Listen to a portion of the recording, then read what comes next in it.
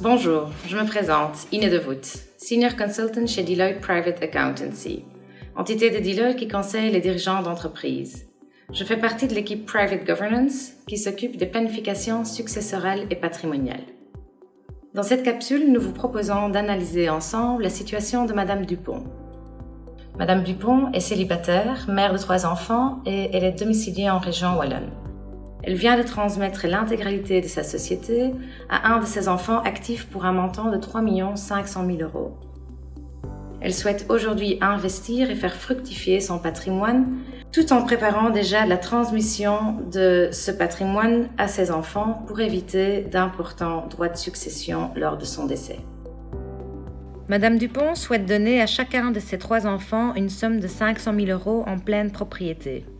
S'agissant d'une donation de valeur mobilière, elle a le choix entre soit enregistrer directement la donation au taux fixe de 3,3% en ligne directe, ainsi cette somme ne fera plus partie de la masse successorale, soit prendre le risque de ne pas enregistrer la donation. Si elle décède en ayant les 3 ans de la donation, ses enfants seront tenus au paiement de droits de succession sur le montant donné. Sur le solde de 2 millions d'euros, Madame Dupont bénéficie d'une créance de 1 million d'euros sur la société holding d'un de ses enfants et souhaite investir dans des projets immobiliers pour le million restant. Au niveau de la créance, elle pourra à nouveau procéder à une donation, cette fois-ci en nue propriété via un notaire. Madame Dupont pourra ainsi continuer à percevoir l'intérêt annuel généré par le million. Dans cette hypothèse, elle conservera sa vie durant le droit au revenu et le contrôle de sa créance, ses enfants récupérant la pleine propriété et l'usage entier du million, sans aucun droit à payer au jour de son décès. Elle pourrait également décider de donner la pleine propriété de cette créance à ses 3 enfants à charge pour eux de lui payer une rente annuelle viagère. Ces enfants abandonnent ensuite cette créance contre la société holding en échange d'une rente viagère que la société s'engage à verser aux enfants et qui leur permet de payer à leur tour la rente à leur maman.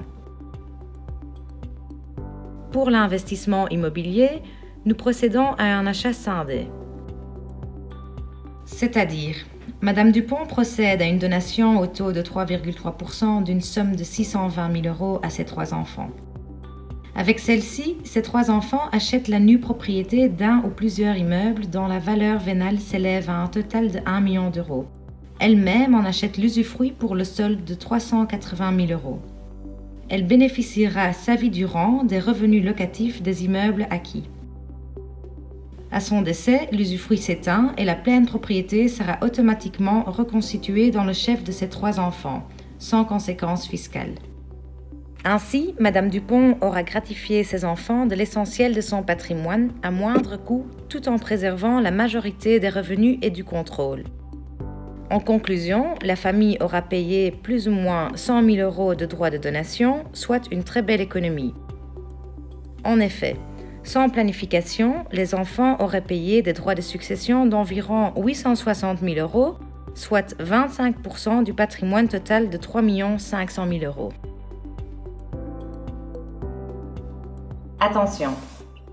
De telles structurations doivent toujours être validées par un expert, car tout dépend des éléments de fait. Il faut être vigilant quant à l'historique, le timing et les motifs. Je vous remercie d'avoir suivi cette capsule vidéo. Si vous souhaitez mettre en place ce type de structuration, n'hésitez pas à nous contacter.